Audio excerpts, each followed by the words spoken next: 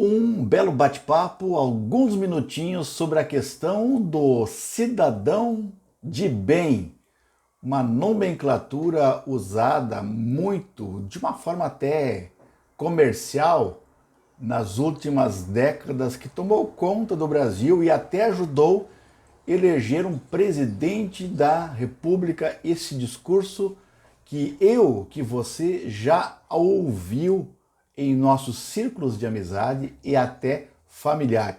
Fique com a gente que a gente vai explicar um pouquinho qual é a origem desse cidadão de bem.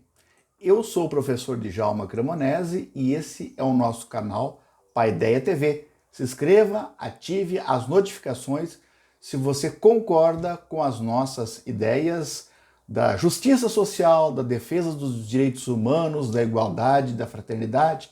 Fique com a gente. Pois é, esse é o discurso. Cidadão de bem são geralmente atribuídos às pessoas que se considerem os valores positivos de uma sociedade. Em outra parte, se eu sou o cidadão de bem, tem os corruptos, tem os canalhas, tem os ladrões, tem os bandidos. Então eu me considero um cidadão de bem. Como se fosse quase que um maniqueísmo na vida social. O que é maniqueísmo? Maniqueísmo advém de um filósofo, de um pensador do século III da nossa era cristã, Maniqueu, que dividia o mundo entre o bem e o mal, o céu e o inferno, o diabo e Deus. Então, de uma parte está o bem da sociedade, da humanidade, do outro lado está o pecado, está o diabo. Então, maniqueísmo, e essa ideia nos últimos anos, nas últimas décadas, nos aproximou desse discurso. Então, principalmente a partir da polarização política que nós tivemos nos últimos anos.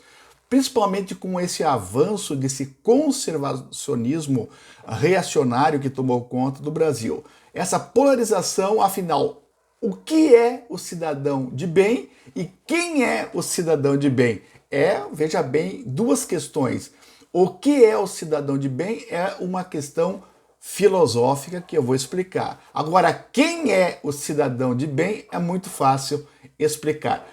Quem é o cidadão de bem? Eu, analisando as nossas relações familiares e relações de amizade também na sociedade, a gente pode perceber que é o mesmo cidadão, aquele que fura a fila. Ele se diz um cidadão de bem, mas ele, se puder tirar proveito de fazer um jeitinho para o benefício próprio, ele faz. Segundo, cidadão de bem que eu conheço é aquele que não respeita as regras sociais. Geralmente você está numa fila do trânsito, ele está ultrapassando pela direita. O cidadão de bem é aquele que pergunta para um cliente seu: você quer essa consulta odontológica ou de saúde com nota ou sem nota? Esse é o cidadão de bem. O cidadão de bem é aquele que vai para os outros países, faz as suas compras, mas chega na alfândega, ele tenta burlar os produtos. E orgulha-se ainda aqui na fronteira, no estado do Rio Grande do Sul, as pessoas vão para o Uruguai, fazem compras nos free shoppings e chegam para a gente e dizem assim: olha, realmente eu passei lá na Polícia Federal, eles não me pegaram, eu estava muito acima da cota. Ele se vangloria. Esse é o cidadão de bem. Ele não tolera o vizinho que tem opções ou direcionamento sexuais íntimos próprios, né? Homossexuais, ele não tolera isso. Ele faz aquela convivência de longe. O cidadão de bem é aquele que a minha filha jamais vai namorar uma pessoa preta, de raça. Imagina, ela foi bem educada. Ou jamais teremos amizade com pessoas assim. O cidadão de bem é aquele que tenta fazer um gatunete. É uma pessoa de bem. A pessoa de bem ajudou a eleger esse discurso da presidência que está no poder agora. Sim, esse discurso de pessoa de bem. E, na verdade, segundo estudiosos, já vem de uma configuração, esse cidadão de bem, de classe social bem definida. A configuração familiar deles é branca. Segundo, é da classe média. Terceiro, é essencialmente masculina. É homofóbica porque geralmente traz piadas, né, de homossexuais, de viadinho, de viado, assim por diante. É misógina, que enxerga a mulher apenas como posse, como instrumento, como desejo carnal, né, de pegar várias mulheres. Essa é a ideia. É racista e defende a si próprio. E é um legalista. É um legalista porque ele está sempre defendendo a lei, mas a lei para os outros, para si não. Então, de onde vem a pergunta filosófica? Será que a natureza humana, ela pode se dizer que o ser humano, o homem como natureza humana, é bom ou mal por natureza?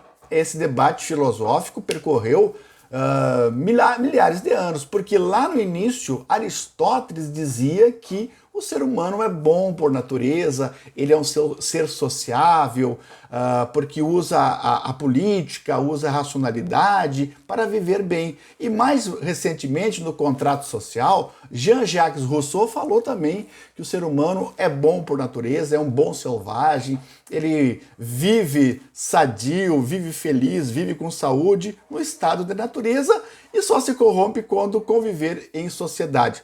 E, por outro lado, tem filósofos e pensadores que acham que o ser humano é mau por natureza.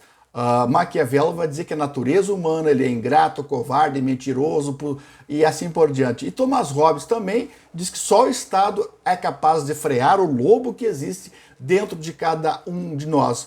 E afinal, quem está certo? Aqueles que defendem que o ser humano é bom por natureza ou aqueles que defendem que o ser humano é mau por natureza? Eu particularmente fico com a proposta de Platão. Platão diz que o ser humano não é nem totalmente bom, nem totalmente mal. Dentro da pessoa que é totalmente boa, existe dentro de nós algo que não é tão bom. E nem a pessoa que é essencialmente má, dentro dela há algo que não é realmente tão má assim, tem algo de bondade. Então, o ser humano é esse mistério. Nós temos ações que nos fazem, por um lado, altruístas, de ajuda ao próximo, fraternos, mas por outro lado, podemos achar o outro um inferno, como dizia Jean-Paul Sartre. Abraços, até mais. E você é um cidadão de bem ou é um cidadão mau? Abraços.